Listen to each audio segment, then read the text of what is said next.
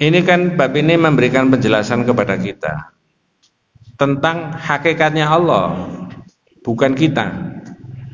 Kita harus bersikap seperti dua tadi. Mengapa? Karena Allah itu segala-galanya. Ketika Anda didukung oleh kekuatan materi berbagai macam yang banyak, jangan merasa aman. Allah itu segala-galanya. Sebaliknya, ketika Anda dalam posisi di bawah, underdog di bawah, ya, jangan juga merasa pesimis. Anda bisa dibalikkan, Allah menjadi orang di atas. Sederhananya di situ, maka digandeng judul itu, Al-amnu min makrillah wal kunutu min rahmatillah. Tidak berlawanan.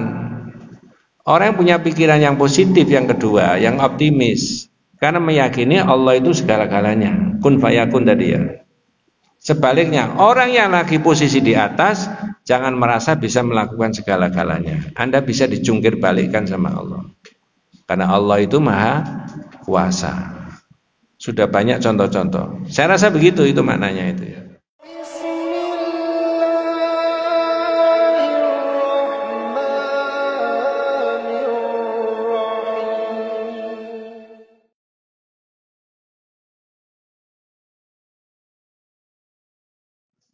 Assalamualaikum warahmatullahi wabarakatuh. Bismillahirrahmanirrahim. Innal hamdalillah nahmaduhu wa nasta'inuhu wa nastaghfiruh. Wa na'udzu billahi min syururi anfusina wa min sayyiati a'malina. May yahdihillahu fala mudilla lahu wa may yudlil falan tajida lahu waliyyan mursyida. Asyhadu an la ilaha illallah wahdahu la syarikalah wa asyhadu anna Muhammadan abduhu wa rasuluhu la nabiyya ba'dah.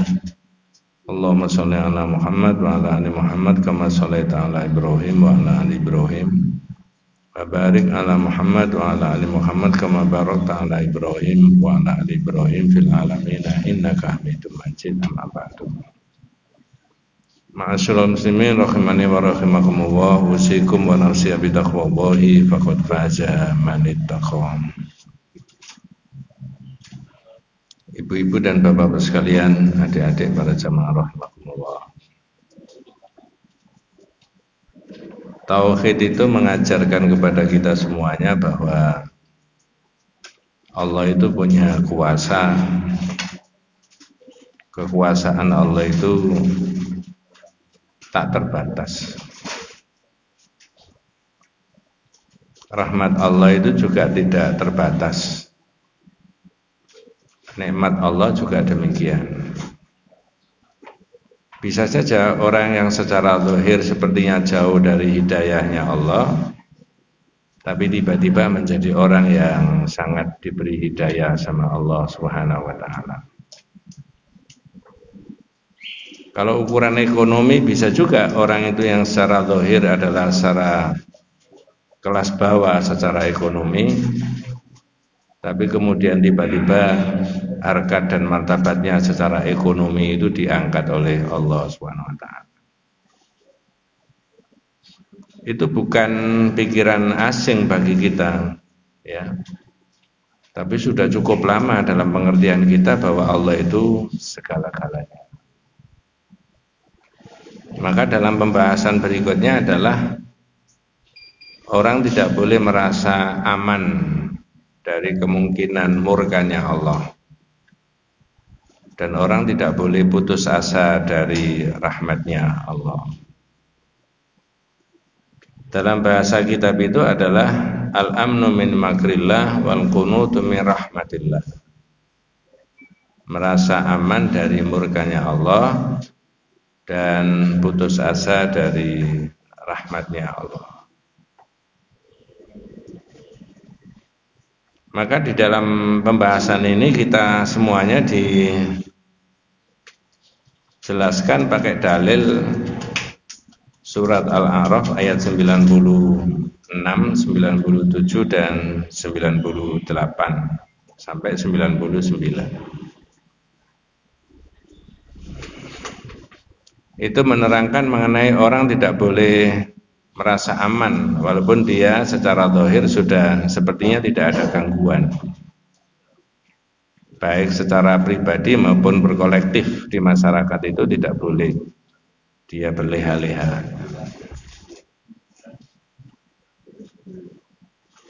Kalau di kitab itu adalah bab atau bagian yang 34. Al-amnu min makrillah wal kunutu min rahmatillah. Rangkaian daripada ayat yang ditampilkan itu dimulai dari walau anna ahlal qura amanu wattaqau la fatahna alaihim barakatim minas sama'i wal ardi. Saya rasa kita semuanya sudah paham itu. Andai kata penduduk negeri itu iman dan takwa, maka Allah akan bukakan barokah dari langit maupun dari bumi. Syaratnya sederhana untuk dilafalkan, tapi dimensinya terlalu banyak untuk diuraikan. Saya ulangi dalam bahasa kita. Ya, nanti saya saja yang baca terjemahnya, enggak usah. Andai kata penduduk negeri itu iman dan takwa, itu kan syaratnya itu ya. Akan dibukakan Allah barokah dari langit dan dari bumi. Syaratnya itu loh yang terpenting, iman dan takwa. Kalau pakai bahasanya adik-adik yang kuliah itu indikatornya iman takwa itu banyak sekali. Salah satunya adalah adil.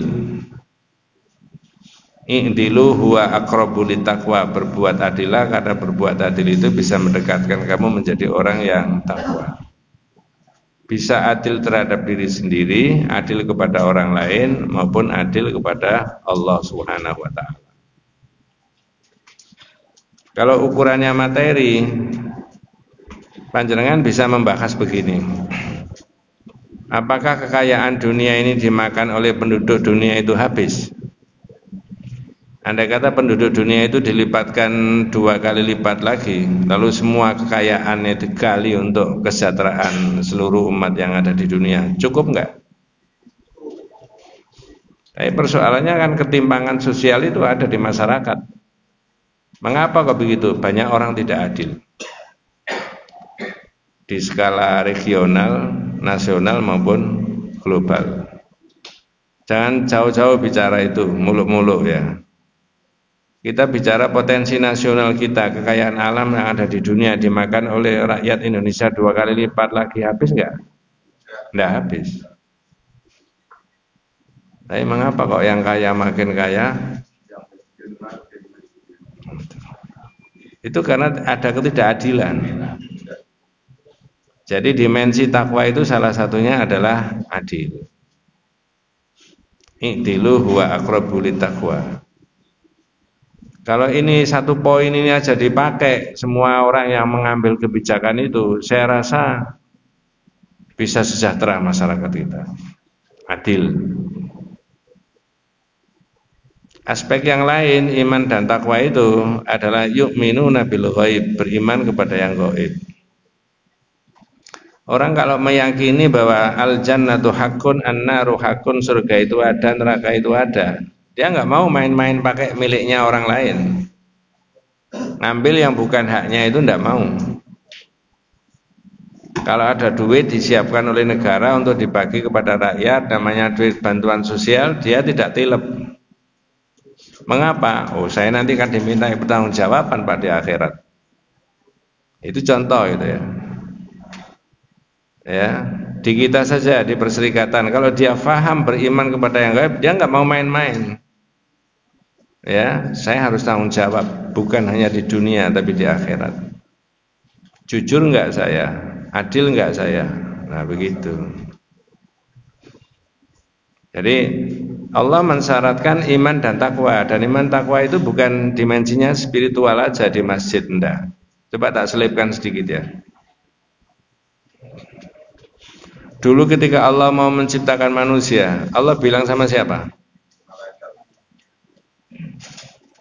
Wa idz qala rabbuka lil malaikati inni ja'ilun fil ardi khalifah. Apakah dengan serta-merta itu kemudian setuju itu malaikat? bahwa nanti Allah akan menciptakan manusia. Tidak setuju. Alasannya apa? Dua alasannya. Yang satu sering dibahas, sudah yang satu jarang dibahas. Jadi manusia itu, malaikat itu adanya sampean di dunia ini sempat tidak setuju. Kenapa kok pakai menciptakan manusia itu? Nanti dunia itu tambah ruwet itu ada manusia. Alasannya malaikat, ataj'alu fiha ma yufsidu fiha wa yasfiku dima. Apakah Allah akan menciptakan orang yang nanti akan membuat apa? Kerusakan dan pertumpahan darah. Betul ya? Ternyata betul, manusia belum 10 orang sudah terjadi pembunuhan. Belum sampai 10 orang. Apalagi sampai ratusan juta. Orang membunuh orang yang tidak salah, tidak dosa itu enak aja. Pak sepertinya tidak dimintai pertanggungjawaban sama Allah. Itu alasannya malaikat. Alasan yang kedua ini yang penting, ada kaitannya dengan ini. Wa nahnu nusabbihu bihamdika wa nuqaddisu lak. Kami para malaikat ini kurang baik apa? Jadi pikirannya malaikat, loh kami ini kan sudah kurang apa kebaikannya? Terus jawabannya Allah, inni a'lamu ma la ta'lamun. Itu kalau saya terjemahkan letterlek, ya saya lebih tahu dari kamu.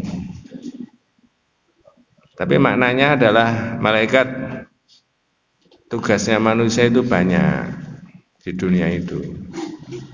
Kalau kesolehannya kayak kamu saja, itu belum bisa memenuhi kriteria sebagai khalifah. Tugasnya manusia banyak, yang ngurusi ekonomi, sosial, budaya, politik ya, pramusyab dan sebagainya diurusi mana? Banyak sekali. Bali ya. Jadi kalau malaikat mengklaim dirinya itu sudah lebih baik, tapi lebih baiknya dimensinya spiritual aja. Dimensi di masjid, dimensi sholat, dimensi ini. Iman takwa kan bukan dimensinya itu tadi. Ada dimensi yang di masyarakat itu, keadilan, kejujuran, ya, kebenaran, distribusi yang rata dan sebagainya. Maka balik ke ayat supaya nggak berdele-dele. Andai kata penduduk negeri itu iman dan takwa, akan dibukakan apa? Barokah dari langit dan dari bumi. Barokah itu kasratul khair wa subutuhu, banyaknya kebaikan dan kebaikan itu mengalir terus, itu namanya barokah. Kata Syekh Al-Utsaimin, barokah itu wa talabul barokah la yakhlu min amrayni itsnaini. Orang memperoleh keberkahan itu tidak lepas dari dua poin. Pertama, bi amrin syar'iyyin ma'lumin, dan yang kedua bi amrin hisiyyin ma'lumin. Apa maksudnya? Bi amrin syar'iyyin itu menurut sesuatu yang dimensinya syar'i. Benda, barang, waktu, tempat disebut ada barokahnya yang menyebut syariat. Contoh sebentar lagi, mudah-mudahan Allah memberi umur panjang kepada kita semuanya ya. Bulan Ramadan bulan yang penuh dengan yang menyebut barokah itu Nabi, laqad ja'akum syahrun mubarak. Berarti bulan Ramadan disebut barokah itu dimensinya atau bi amrin syar'iyyin, dengan sesuatu yang menurut syar'i. Yang kedua bi amrin hisiyyin, menurut indrawi. Ada taklim, ada pengajian, lalu kita bilang, Mas ikut pengajian supaya ada barokah, benar enggak? Di situ ada ilmu yang dibahas supaya sampai ada kebaikannya.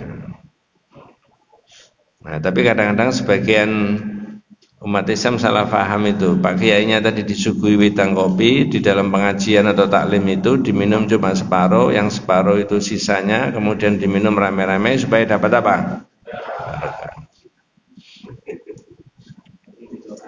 Di tauhid tidak begitu.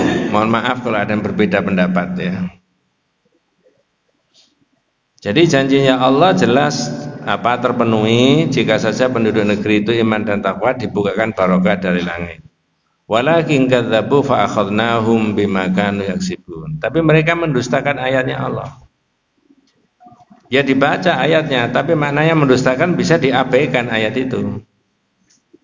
Tidak rajin, tidak jujur, tidak tidak adil, tidak berorientasi pada masa depan, misalnya, tidak introspeksi terhadap kesalahan-kesalahan.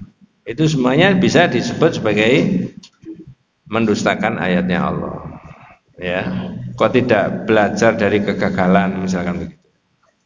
Kok tidak belajar dari sejarah. Nah, begitu. Dulu ada ini tumbang. Nah, kalau kamu begitu kan kemungkinan kamu bisa tumbang lagi gitu. Kamu siapa? Ya siapa saja. Ya. Nah, kemudian ayat ini masuk di sesuai dengan judul itu. Afa amina ahlul qura ayyatiyahum ba'suna bayatan wa hum naimun. Apakah penduduk negeri itu merasa aman dari murka kami yang datang dengan tiba-tiba ketika mereka sedang tidur? Coba jangan bayangkan, orang tidur di kamar sendirian sama keluarga. Itu oleh Allah yang ada di arsy-Nya sana, itu disuruh perhatian itu. Berapa miliar orang yang tidur saat itu, ya. Diperingatkan sama Allah. Nah, saya tanya, orang tidur itu menurut sampean gambarannya gimana? Kitab itu menulis naimun yadullu ala kamalil amni li'annahum fi biladihim wa annal khaif la yanam. Jadi namanya naimun, tidur itu menunjukkan kamalul amni. Orang itu sedang sempurna, keamanannya enggak terganggu, enak. Ilustrasinya begini Pak, saya sudah mengulangi 2 kali di masjid ini atau 3 kali. Orang pulang entah dari kerja atau dari urusan apa itu, di kampung itu atau mungkin di perumahan itu, masuk di wilayah perumahan dan kampung itu ada security-nya, ada CCTV-nya. Itu sudah lapis pertama keamanan. Kemudian masuk sampai di rumah, dia buka pagar yang 2 meter tingginya pagarnya itu. Dia parkir mobil atau motor. Lalu pagarnya dikunci, keamanannya sudah lapis berapa? 2. Dia masuk di rumah, pintu rumah yang tebal itu kemudian dikunci juga. Keamanannya lapis berapa? 3. Lalu tidur di kamar, kamarnya dikunci enggak? Kunci. Keamanannya sudah lapis berapa? 4. Pertanyaan saya, Allah bisa menjangkau sampai di situ? Bisa. Sangat bisa. Maka kamu jangan merasa aman dari murka kami ketika kamu sedang tidur. Itu dalam konteks tauhid, maknanya Allah itu segala-galanya, kuasa luar biasa. Jangankan satu orang sak kampung ditenggelamkan ketika mereka sedang tidur bisa kok. Masya Allah.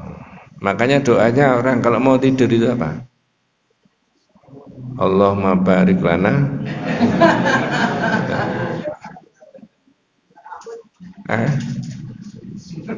Jangan-jangan besok itu di masjid sana diumumkan Assalamualaikum warahmatullahi wabarakatuh. Terusnya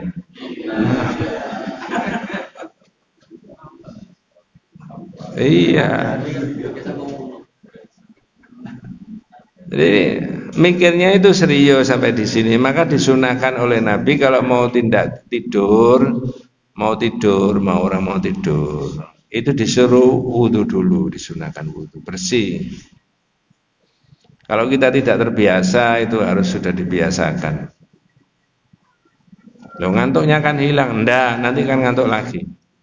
Ada hukumnya Allah kok, orang malam itu tidur itu pasti ngantuk. Apalagi habis gerak jalan itu tambah ngantuk itu kan. Ya. Lalu sebelum tidur itu tangannya disatukan, jama'a baina kaffaihi tsumma nafatha fihima, lalu ditiup, tsumma qara'a, lalu dibacakan qul huwallahu ahad, qul a'udzu birabbil falaq, qul a'udzu birabbin nas. Tapi sampai akhir, salasah marrat, 3 kali menurut sunnahnya Nabi. Lalu diusapkan ke seluruh tubuh. Itu syar'iyun. Kalau syar'i jangan tanya pengaruh. Tidurnya bisa angel tahu tas. Ini jangan tanya begitu. Ini syariat.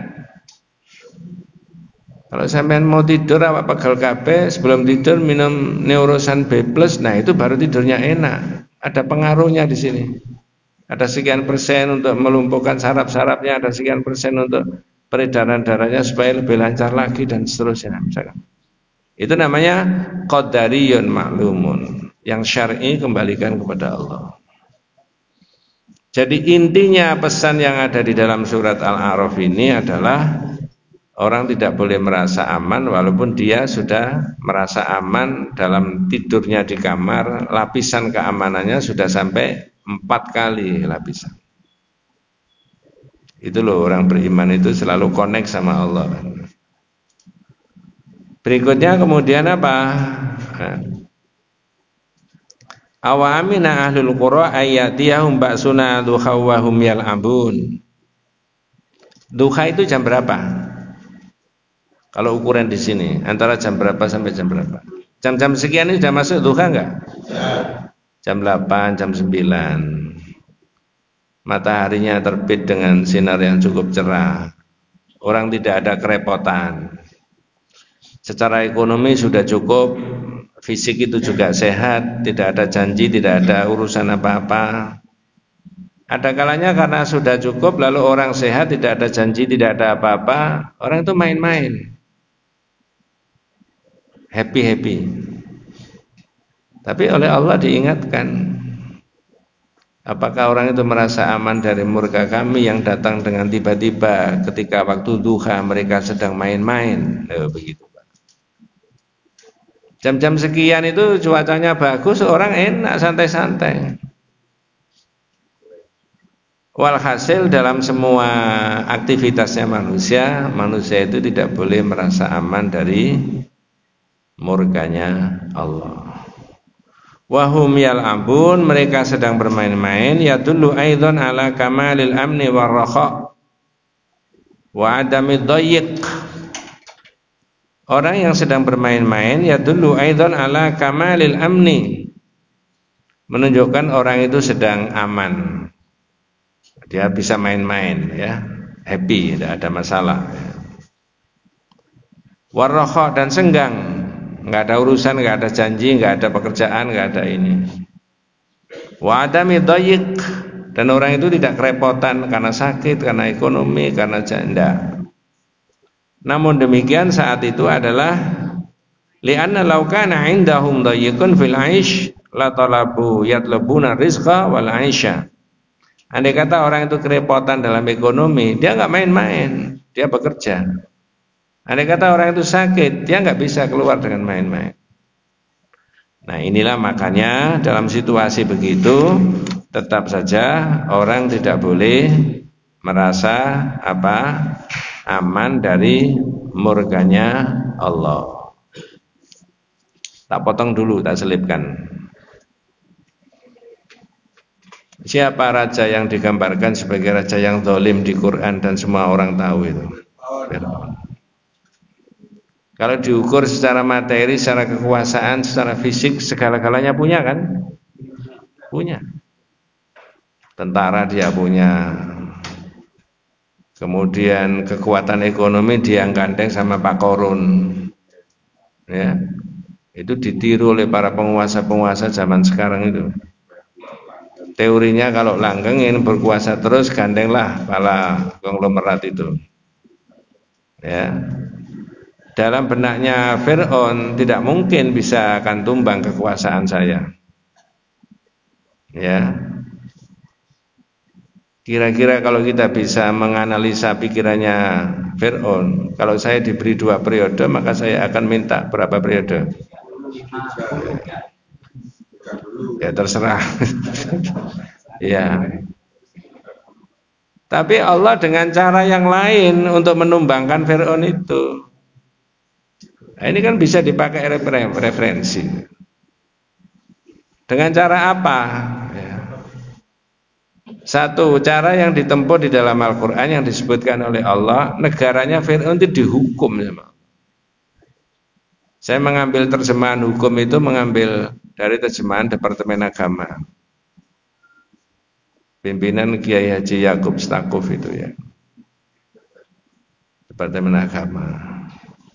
Walaqad akhadna ala fir'auna bisinin wa naqsim minats tsamarat la'allahum yadhakkarun. Yang ini di luar perhitungannya Fir'aun. Dan sungguh kami telah menghukum Fir'aun itu, dihukum negaranya. Akhadna ala fir'auna bisinin, dengan musim kemarau yang berkepanjangan. Tidak ada hujan sama sekali. Mengapa kau itu tidak ada hujan? Karena saat itu adalah potensi ekonominya paling besar mengandalkan dari pertanian. Nah, kalau tidak ada hujan, maka pertaniannya tidak menghasilkan. Kalau pertanian tidak menghasilkan, dia lebih banyak impor daripada ekspor. Nah, itu kalau pakai bahasa sekarang begitu kira-kira. Kolab secara ekonomi. Ya. Wa naqsim minats tsamarat. Kemudian kekurangan buah-buahan.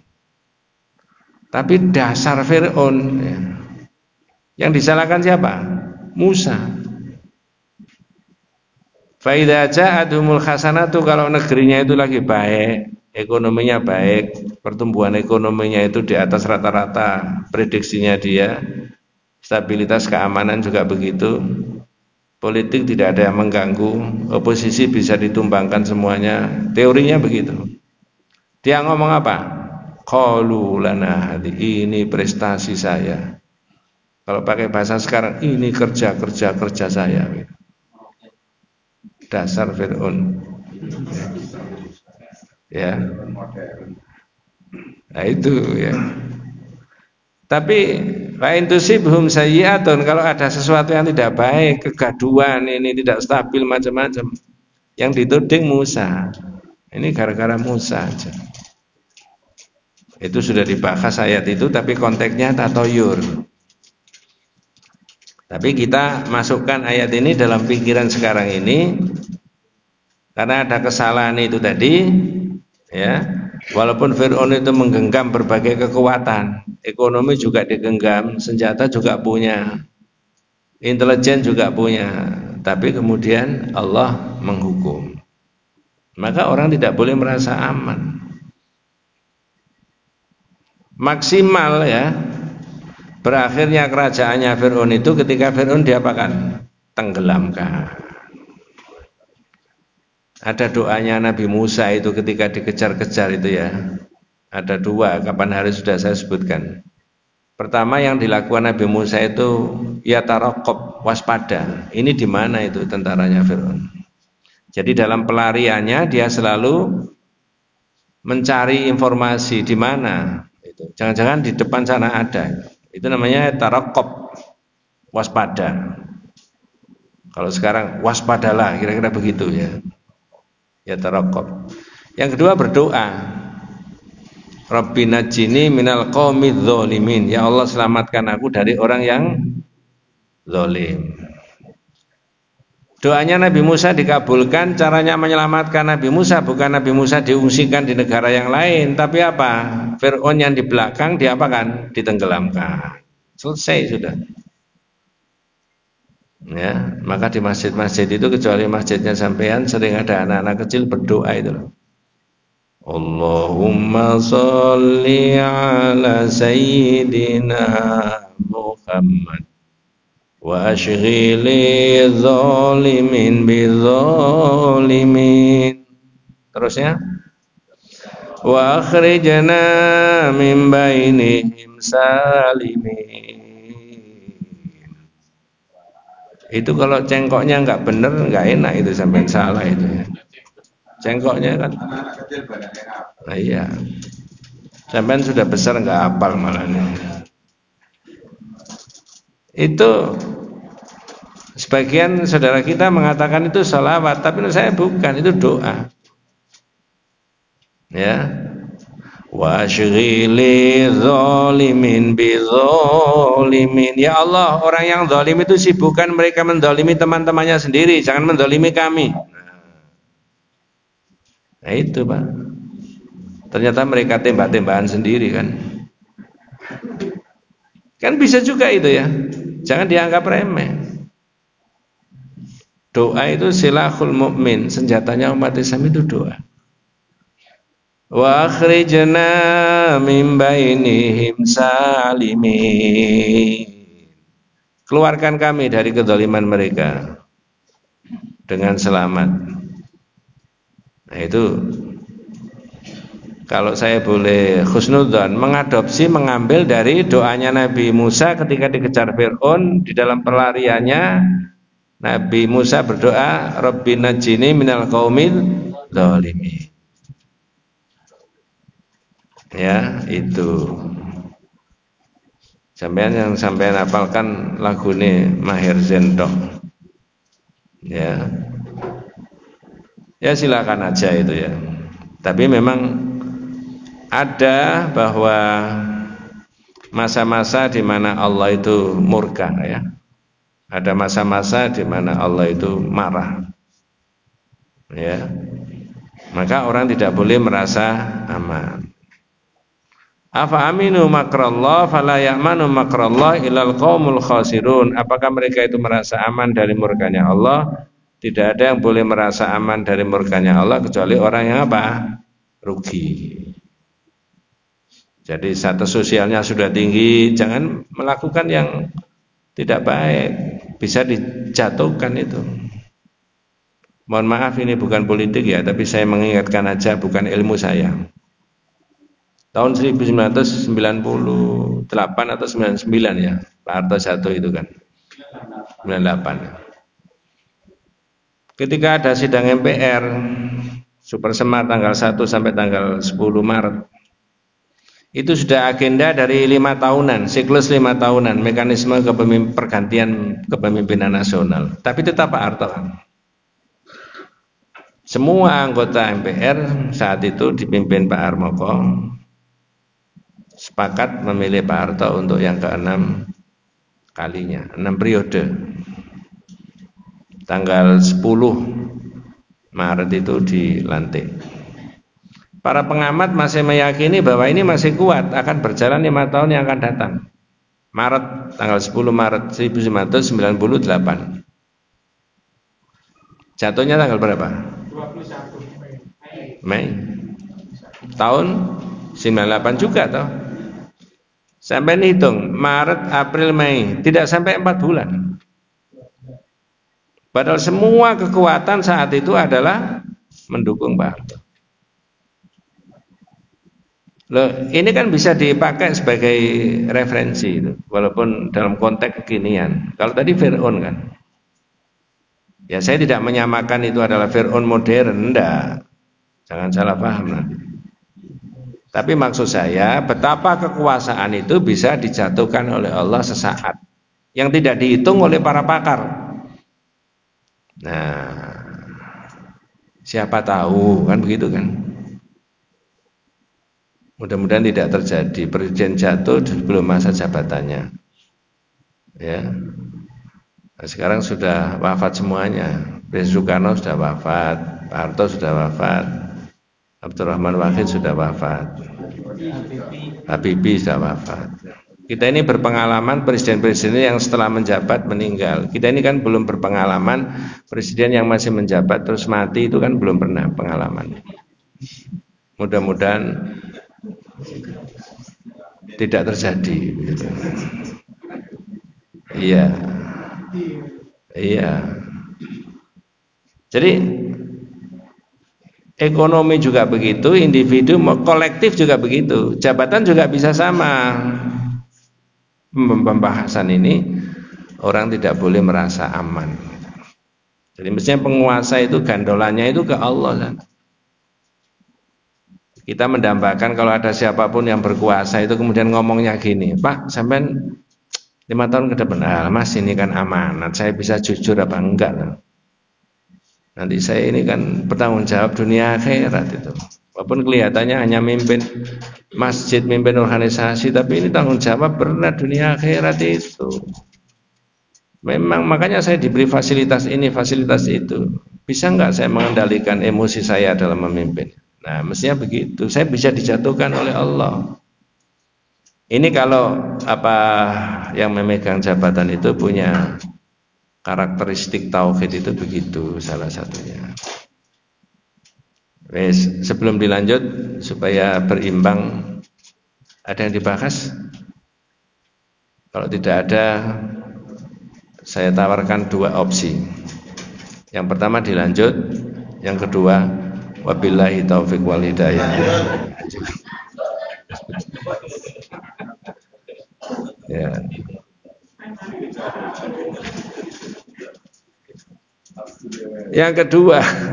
Yang kedua pembahasan dalam kitab ini adalah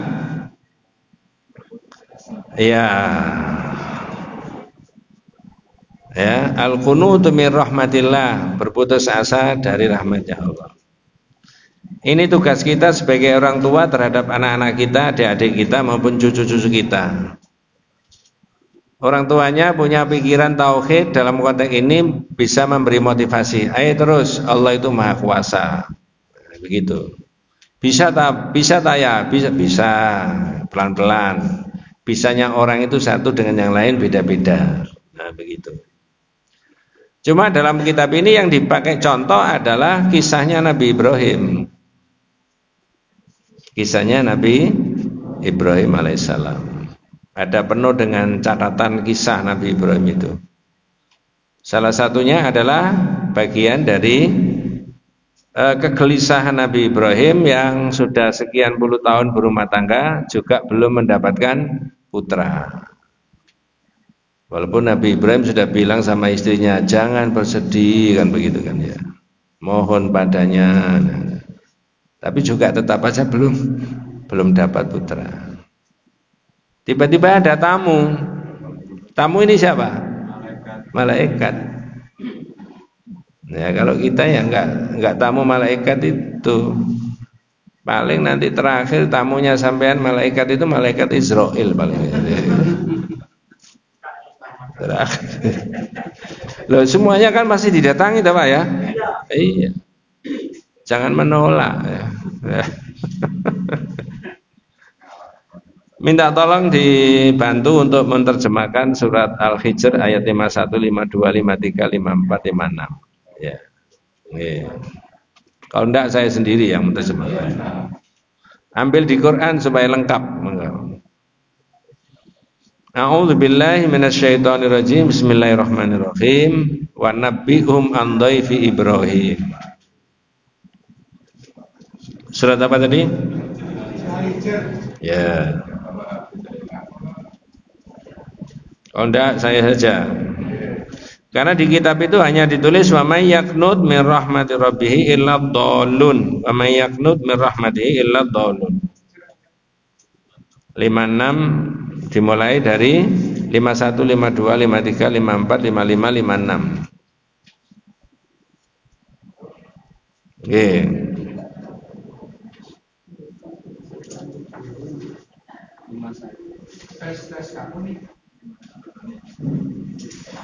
Dan kabarkanlah Muhammad kepada mereka tentang tamu Ibrahim. Wa nabbihum an dhaifi Ibrahim, tamunya Ibrahim. Ternyata tamunya Nabi Ibrahim itu adalah para malaikat. Dalam pikiran kita malaikat itu bisa menyerupa di luar serupa yang sebenarnya. Bisa ya? Bisa. Yang enggak bisa manusia. Mulai lahir sampai mati nanti ya pancet aja begini, enggak bisa berubah apa-apa. Lanjut.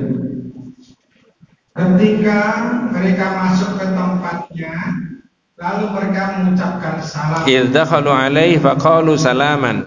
Ketika dia datang ke rumahnya Nabi Ibrahim lalu menyampaikan salam. Dia Ibrahim berkata, kami benar-benar merasa takut kepadamu. Ya. Qala inna minkum majnun. Karena tidak pernah tahu sampai ini siapa, dari mana jumlahnya banyak. Qala inna minkum majnun. Wajar, manusiawi, karena Nabi Ibrahim juga manusia. Apa jawabannya malaikat? Mereka berkata, janganlah engkau merasa takut. Sesungguhnya kami memberi kabar gembira kepadamu dengan kelahiran seorang anak laki-laki yang akan menjadi orang yang pandai. Qala la taujal inna nubasyiruka bi ghulamin alim. Jangan takut. Kami datang ke sini ini perlu memberi kabar gembira kepada Anda bahwa Anda itu akan punya anak yang sangat alim, yang baik ya. Tapi lagi-lagi pikiran kita karena Nabi Ibrahim itu manusia, ada pertimbangan manusiawi. Dia tahu diri. Rasanya tidak mungkin. Karena sudah apa? Usia. Tak potong dulu. Keluarga berkemajuan di dalam Islam itu disebut sakinah. Litaskunu ilaiha. Begitu ya? Saya pakai istilah keluarga berkemajuan. Berdasarkan Islam itu kemudian keluarganya umat Islam itu bisa diharapkan ada sakinah. Sakinah itu ternyata maknanya dua. Nanti saya tanya jenengan. Pertama adalah sakinah itu maknanya syahwat, ada nafsu libido, ada syahwat antara suami dengan istri. Yang kedua ada mahabbah, ada cinta. Pertanyaan saya, mana di antara kedua itu yang karena faktor usia lalu luntur? Yang mana?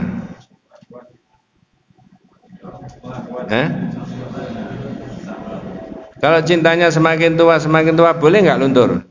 Nggak boleh.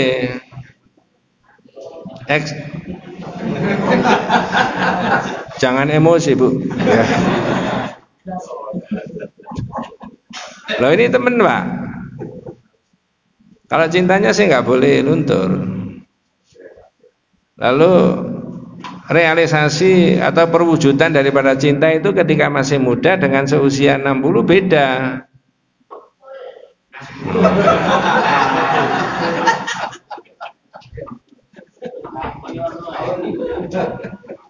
Tapi cintanya tetap.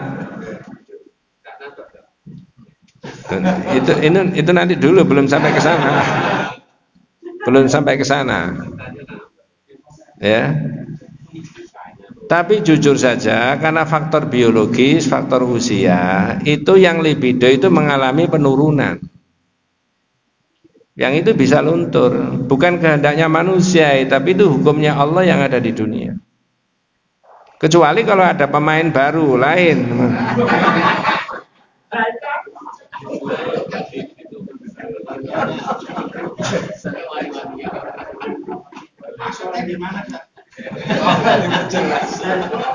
Ya ibaratnya seperti Pak Bola itu sudah penyerangnya tidak terlalu jitu, kalau dimasukkan pemain baru kan semangat gitu.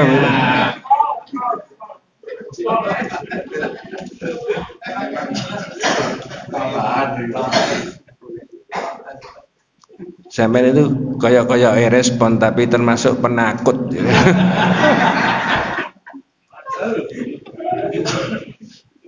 Ya. Wes, balik ke sini dah. Jadi memang keluarga berkemajuan itu, sakinah itu potensinya di dua tadi. Ada syahwat dan ada cinta, mahabbah. Tapi karena hukumnya Allah dengan faktor usia, itu yang namanya syahwat itu menurun, tapi cintanya tidak boleh.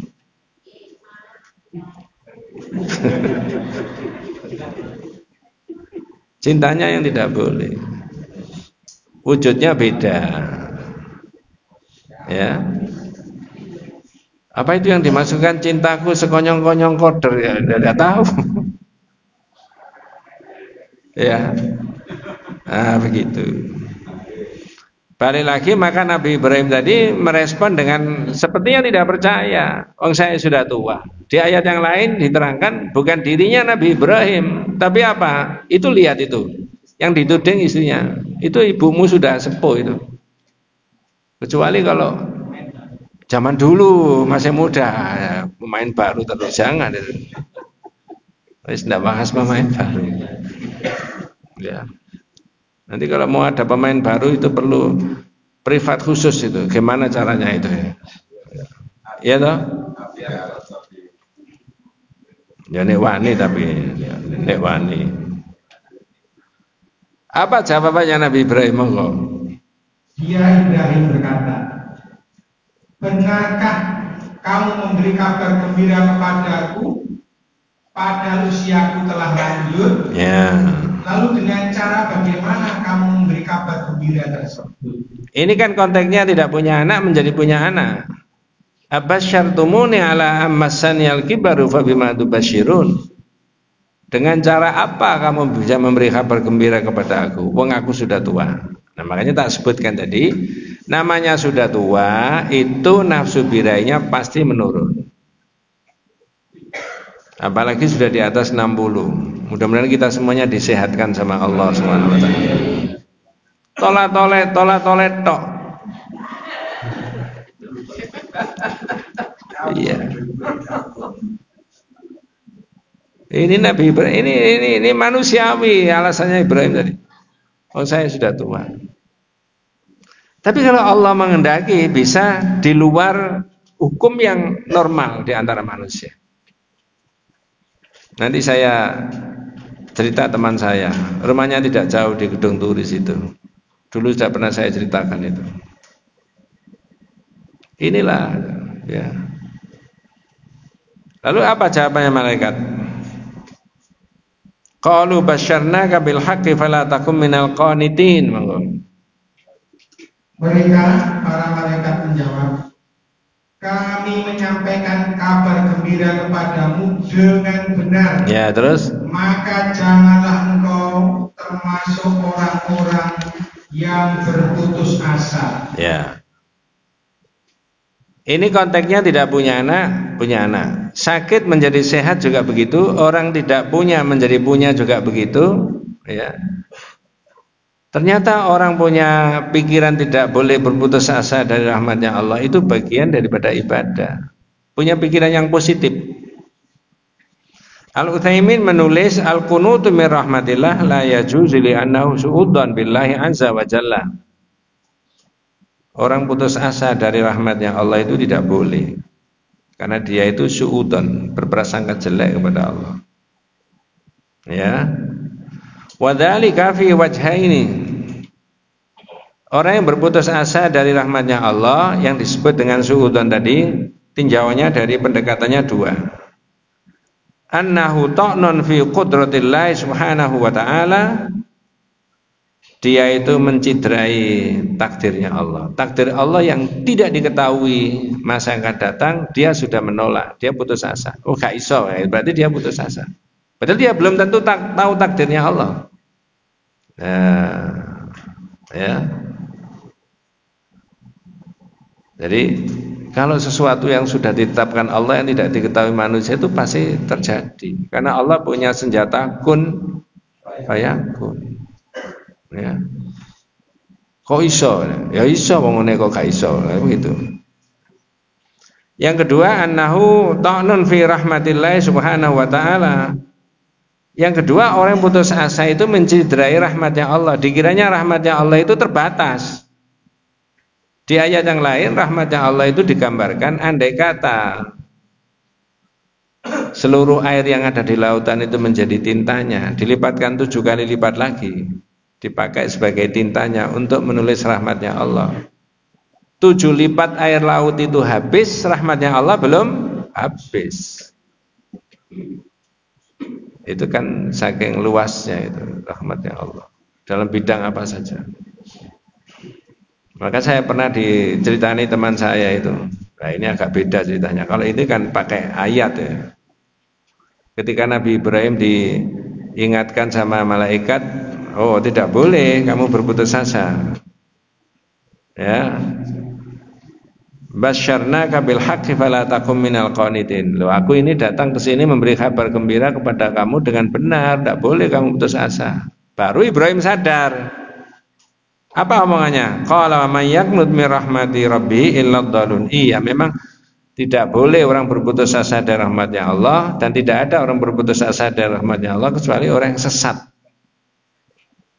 Nah, itu dalam pribadi maupun di masyarakat itu juga begitu.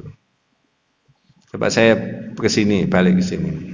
Ada yang tahu siapa yang merintis Muhammadiyah di Wage ini? Tahun 80-an, 1980. Baru. Ya, Mama Sudi. Mudah-mudahan Allah memberikan rahmatnya, mengampuni segala dosa. Saya masih kos di Wonocolo Gang 8, itu diparani Pak Harun ke sana, naik motor. Kok tahu saya Pak Harun?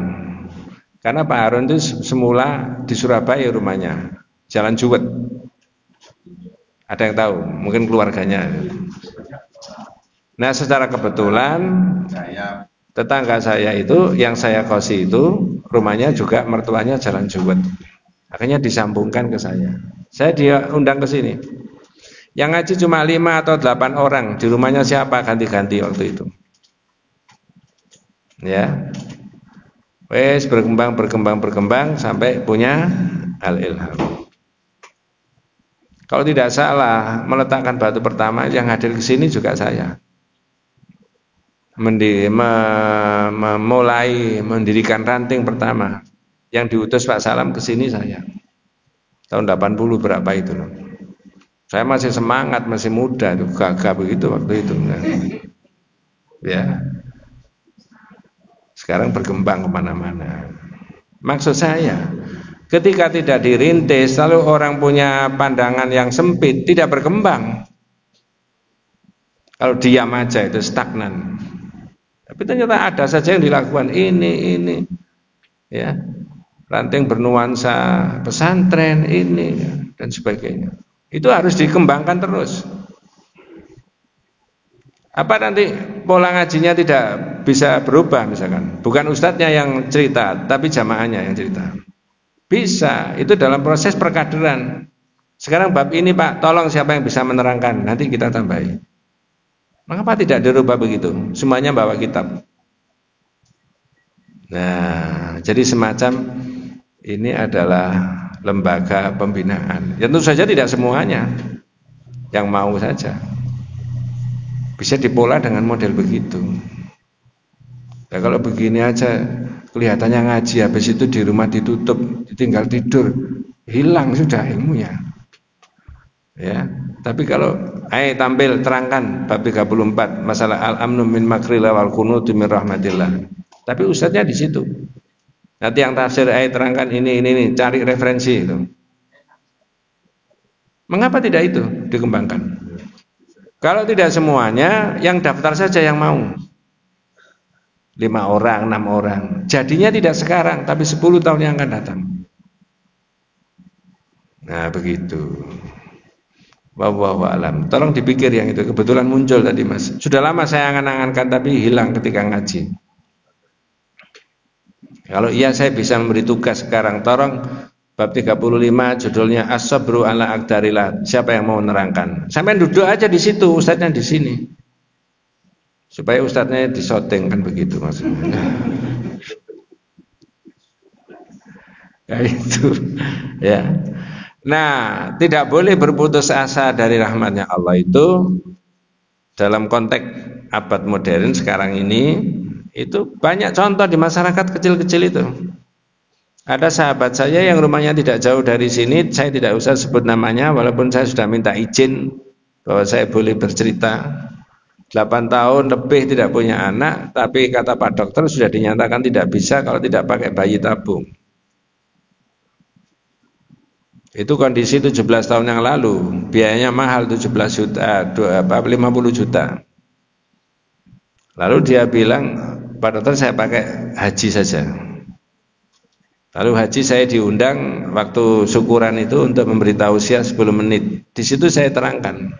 Ketika semua tamu sudah pulang, saya bilang, sampean berdua mau berangkat haji. Kalau di tauhid, niatnya haji itu panggilan Allah.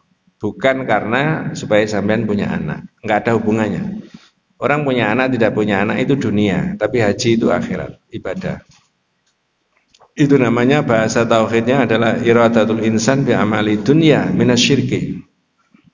Ibadah kepada Allah tapi motivasinya dunia. Sampai ke Mekah itu ibadah, tapi punya anak tidak punya anak itu dunia. Tapi saya bilang, kalau di tempat-tempat sana, waktu-waktu dan tempat-tempat yang mustajabah, sampean boleh berdoa. Ini beda. Nah, doanya itu loh yang penting. Berangkat hajinya niatnya Allah, jangan punya niatan itu, tapi di sana boleh berdoa. Pamitan sama Pak Dokter. Pak Dokter, saya mau berangkat haji, doakan nanti setelah haji saya punya anak. Dokternya apa? Mencep. Mencep itu apa? Guyu tapi sinis. Qadarullah budal haji, kemudian pulang 2 bulan setelah dari haji sana, ternyata istrinya tidak menstruasi. Dia balik lagi ke Pak Dokter, dites kehamilan sama dokter, ya, ternyata hamil. Apa komentarnya Pak Dokter? Loh, saya ini hamil. Apa? Kok iso? Waktu itu belum ada tulisan bahasa Arab yang di WA pakai kok iso, itu belum ada waktu itu. Yang beredar di mana-mana itu. Ya, kok iso? Ya iso. Dia marah sama Pak Dokternya, bilang jangan. Dokternya itu profesional, sesuai dengan disiplin ilmunya, teorinya dia tidak mungkin sampai bisa punya. Tapi kan sudut pandangan akidah tidak begitu. Allah itu segala-galanya. Rasionalitasnya bisa karena sampean happy di sana, enak, bisa mungkin tidak ada beban ini selama sekian hari, 40 hari tadi. Lalu kemudian pulang dari sana kondisinya fix ya. Kemudian Allah mentakdirkan terjadi itu. Lalu punya momongan. Ya inilah variasi daripada pikiran tauhid itu, la ilaha illallah itu di situ. Jadi lebih maju kita mengurai makna la ilaha illallah daripada la ilaha illallah itu kemudian kita ucapkan saja berpuluh-puluh beratus-ratus. Kalau diucapkan saja berpuluh-puluh beratus-ratus tidak masuk sampai pada makna kayak begini-begini ini. Enggak lewat, enggak terurai maknanya la ilaha illallah seperti ini. Nah, begitu. Wallahu a'lam. Nanti kita lanjutkan as-sabru ala aqdarillah. Nah, di situ ada tambahannya hadis termasuk su'ila anil kabair, Rasulullah ditanya tentang dosa besar, faqala asyirku billah. Hampir semua hadis itu tentang dosa besar itu syirik ini dimasukkan dalam posisi yang pertama. Ketika kita bahas masalah sihir juga begitu. Istanibus sab'al mubiqat. Jauhi 7 hal yang merusak. Nomor 1 asyirku billah. Jadi syirik itu biang kerok dari masalahnya masyarakat. Ya. Kemudian wal ya'su min rauhillah, putus asa dari rahmatnya Allah, wal amnu min makrillah, merasa aman dari murkanya Allah. Itu termasuk kabair. Dosa-dosa apa? Besar. Ternyata bukan hanya mencuri, berzina, minum khamr saja. Tapi putus asa dari rahmat, seolah-olah Allah tidak punya kuasa. Ya, wallahu a'lam. Mudah-mudahan kita semuanya, nggih Pak Masri. Ya, kelihatannya apa yang diterangkan pagi ini biasa-biasa, tapi kalau kita renungi lebih dalam, seperti ada kontradiktif gitu ya. Yang pertama, kita diminta membangun perasaan bahwa kita harus selalu takut dengan murka Allah ya, dan itu sewaktu-waktu. Kemudian yang kedua, kita diminta optimis ya, berpikir positif bahwa rahmat Allah itu sangat luas dan akan diberikan kepada hambanya yang bertakwa. Nah, di sini yang menurut saya perlu pencerahan lebih dalam. Pertama adalah kita diminta selalu takut, berarti dalam artian menjaga diri, berharap dan seterusnya. Yang ini bisa saja juga mengarah kepada yang negatif, bahwa kita harus berprasangka kita akan mendapatkan ancaman lah. Tetapi sisi lain kita diminta membangun optimisme, rasa positif bahwa insya Allah rahmat Allah akan datang sehingga aman, sehingga baik-baik saja dan seterusnya. Nah, tadi contoh dari Ibrahim tadi itu juga menarik untuk bisa diberikan pencerahan lebih jauh bahwa secara manusiawi, secara indrawi bahwa Ibrahim sudah tua yang secara logika, secara umum dan yang ada selama ini adalah tidak mungkin punya anak. Ya, tetapi ketika Ibrahim menyampaikan data-data yang seperti rasional dan empiris lah barangkali bahasa sekarang. Yeah. Tapi kenyataannya tidak. Ini kan bab ini memberikan penjelasan kepada kita tentang hakikatnya Allah, bukan kita. Kita harus bersikap seperti dua tadi. Mengapa? Karena Allah itu segala-galanya. Ketika Anda didukung oleh kekuatan materi berbagai macam yang banyak, jangan merasa aman. Allah itu segala-galanya. Sebaliknya, ketika Anda dalam posisi di bawah, underdog di bawah, ya, jangan juga merasa pesimis. Anda bisa dibalikkan, Allah menjadi orang di atas. Sederhananya di situ, maka digandeng judul itu, Al-amnu min makrillah wal kunutu min rahmatillah. Tidak berlawanan. Orang yang punya pikiran yang positif yang kedua, yang optimis, karena meyakini Allah itu segala-galanya. Kun fayakun tadi ya. Sebaliknya, orang yang lagi posisi di atas jangan merasa bisa melakukan segala-galanya. Anda bisa dijungkir balikkan sama Allah. Karena Allah itu maha kuasa. Sudah banyak contoh-contoh. Saya rasa begitu itu maknanya itu ya. Meyakini tadi la ilaha illallah, dalam bahasa kitab la ma'budu bihaqqin illallah, tidak ada yang berhak diibadahi kecuali Allah, termasuk rangkaiannya daripada tidak ada yang diibadahi. Ternyata orang punya pikiran yang positif, berjiwa besar, optimis, itu bagian dari ibadah. Atau sebaliknya, orang tidak boleh merasa aman ketika dia posisi di atas dalam segala-galanya, itu juga bagian daripada ibadah. Jadi yang dipakai ibadah bukan gerakan fisik, bukan harta bendanya, tapi hatinya. Kalau gerakan fisik yang dipakai ibadah itu adalah orang mengaji, orang sholat, orang istighfar ya. Kalau di tempat sampean itu orang duduk berjejer-jejer, lalu yang sebelah sampean itu beristighfar subhanallah walhamdulillah la ilaha illallah, sampean merasa berisik apa enggak?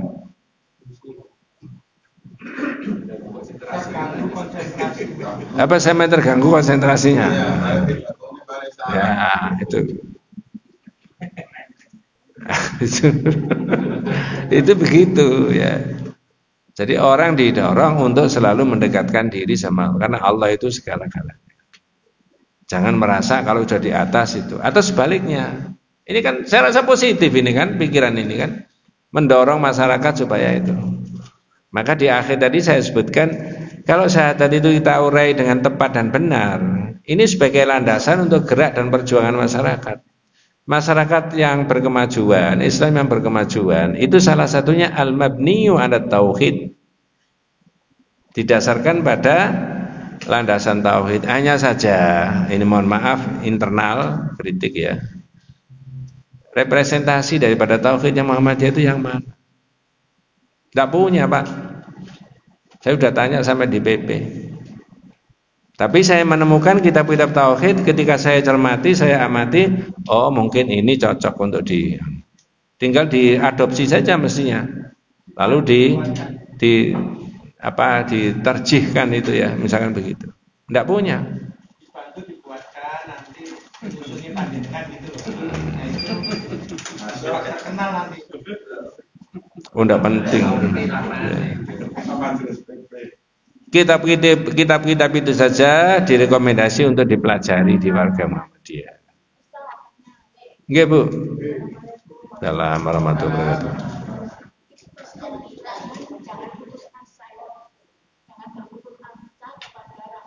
Nggih. Kalau saya tidak putus asa tapi mengeluh.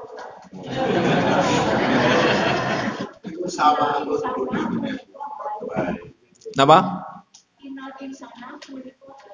Ya. Itu maksudnya innal insana khuliqa halu'a, manusia itu diciptakan itu berkeluh kesah. Lah manusia diciptakan berkeluh kesah ya saya berkeluh kesah saja, jangan begitu. Itu diingatkan ada kalanya manusia itu bisa apa? Berkeluh kesah, tapi jangan. Sama dengan begini.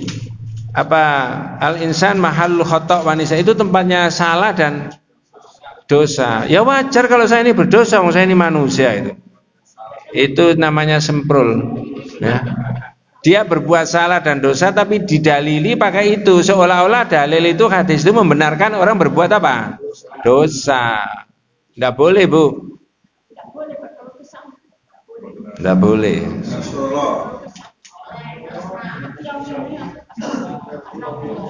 Oh, tidak boleh. Takdirnya Allah sampai di situ, Bu, ya. Disyukuri saja, mudah-mudahan Allah mengganti dengan posisi yang beda, yang lebih baik lagi. Satu sisi orang itu diuji sakit, mungkin sisi yang lain maka ditambah pahalanya, misalkan begitu. Itu Bu nggih. Ya. Nggih. Kita tutup dengan doa kafaratul majlis. Subhanakallahumma wa bihamdika asyhadu an la ilaha illa anta astaghfiruka wa atubu ilaik. Assalamualaikum warahmatullahi wabarakatuh.